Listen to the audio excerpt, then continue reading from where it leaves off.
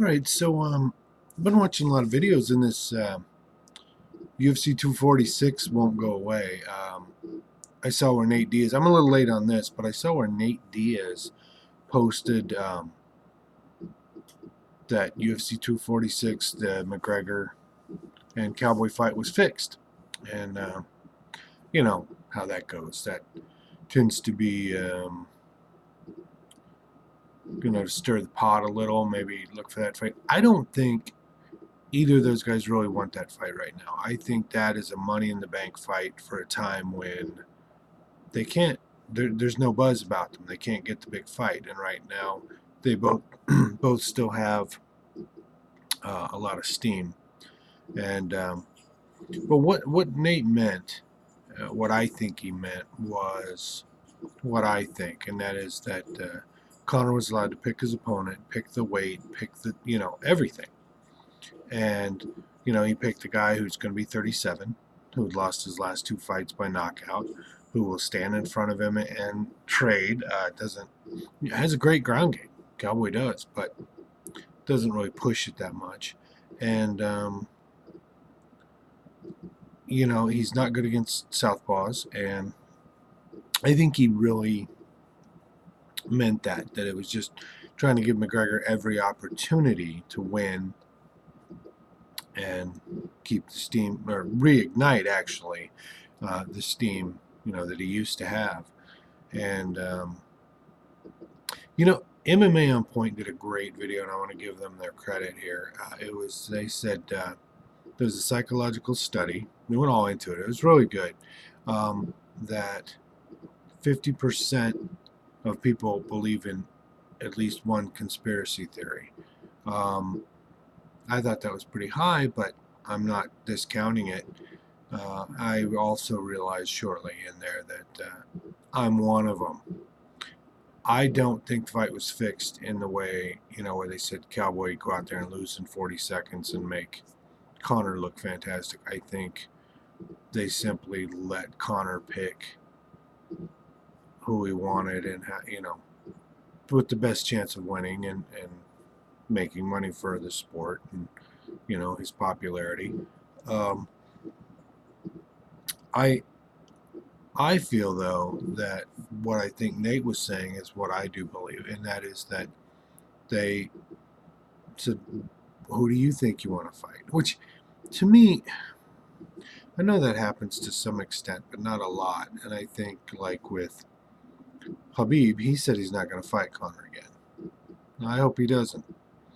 Um, at the time, this was said right before 246. Dana White said if he wins this fight, next for him would be a title fight with Habib. Now he would get that after fighting somebody who's not really on the list for title shots, who's fighting at 170, not 155. And at the time, Conor's last fight was a loss to Habib. So it's like a title shot you lose, you get another title shot right behind it. If you win one fight against the guy you get to pick. That doesn't seem normal to me. Habib's not getting that. He said he didn't want to fight him, and Dana said, "Oh, he'll fight him. He'll fight him." I feel like that is,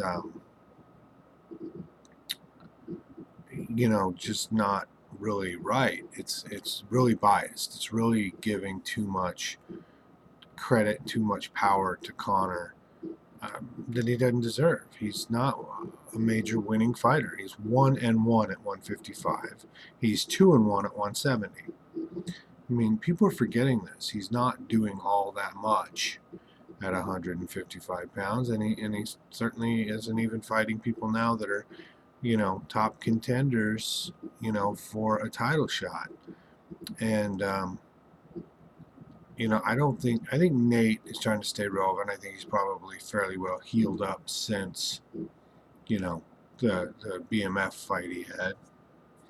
But I don't think he wants the Conor fight right now, unless he's planning on retiring. Then he say, "Give me that big money one more time. I'll get out of here." Why would you throw away, that ace in the hole, that one time, moneymaker shot that will always be there for you?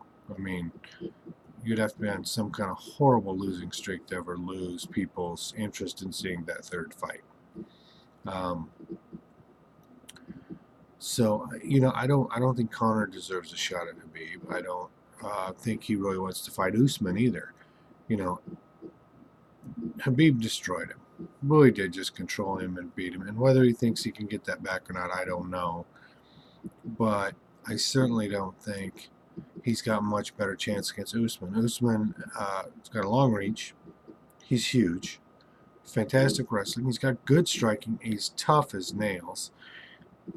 Where exactly? And he's got great cardio. Where are you going to take this from him? And so, I don't really think he wants a lot of what they're proclaiming that he wants. And like I said, I think they're giving Conor every opportunity to look good because it's a money maker for them. They make a lot of money off Conor McGregor fighting and the hype that surrounds it. And I don't think that he and Nate really are interested in fighting each other right now. Conor might be to get one back. Sorry about that, my dog. Get one back, another win. Like, oh, I'm on a roll now. I'm doing all these things. But I just don't see Conor being on a roll, and I don't think Cowboy threw him the fight. I think that the UFC threw Conor the opportunity to have the most advantageous fight he could have. And, people are still going on about this. I think sometimes you want the conspiracy theory so it'll make sense for you, and sometimes I think you want it because you recognize a serious bias, a serious lopsided treatment somebody's getting, and say, why are they giving them that? And then you come up with why you think that is in your own mind. And I think Conor is such a darling of the UFC. I think Dana loves him because he makes money. His antics and his garbage, the things he does, makes money. And Dana doesn't care. I mean, I saw an interview with Dana before the fight where they said, were you afraid the fight wouldn't happen? Were you afraid that the issues with the sexual allegations in Ireland could have possibly prevented the fight? Dana said, nothing's pressed. Nothing. I mean, he's very much dismissing anything negative about Conor because it makes money. And, we've heard we won't deal with woman beaters, we won't deal with this, we won't do, things that they've said they stand on. For Conor, the rules seem to change. And I think Nate Diaz stirring the pot doesn't mean anything. I don't think he's genuinely trying to go out and get another fight with him or anybody else for that matter. I think Nate is going to take a long time, like he did before, and the longer he takes, the more buzz he gets. If he's gone a year, people are more anxious to see him. If he says, I'm going to fight every 3 months, then it's not that big a deal. I mean, you need supply and demand, and he's not supplying. He's a couple fights, but after a 3-year break. So I don't see this third fight between them actually lining up to happen. I think that it's more a manifestation of I'm always going to say negative things about Conor, and Conor's always going to say negative things about me. We have a genuine beef and problem with each other, just like Khabib. I don't think Conor would ever give Khabib credit for doing anything fantastic. And I think people are seeing the bias that the UFC is giving Conor McGregor, and I don't think they like it. I think they very much are, they're not, it's not an open revolt against it or anything like that, but they're saying things on social media, and I'm sorry, the UFC needs to consider the damage that they could potentially be doing to their own brand by what they're doing. Because Conor McGregor won't be around forever. His popularity won't be there forever. It'll eventually move to someone else. like it always has with every fighter out there, and they need to understand it, they need to recognize it, and they need to embrace the change of the sport and let Conor either rise or fail on his own merits, not on this hype and this preferential treatment and things of that nature. So anyway, that's what this was about. I hope you like it.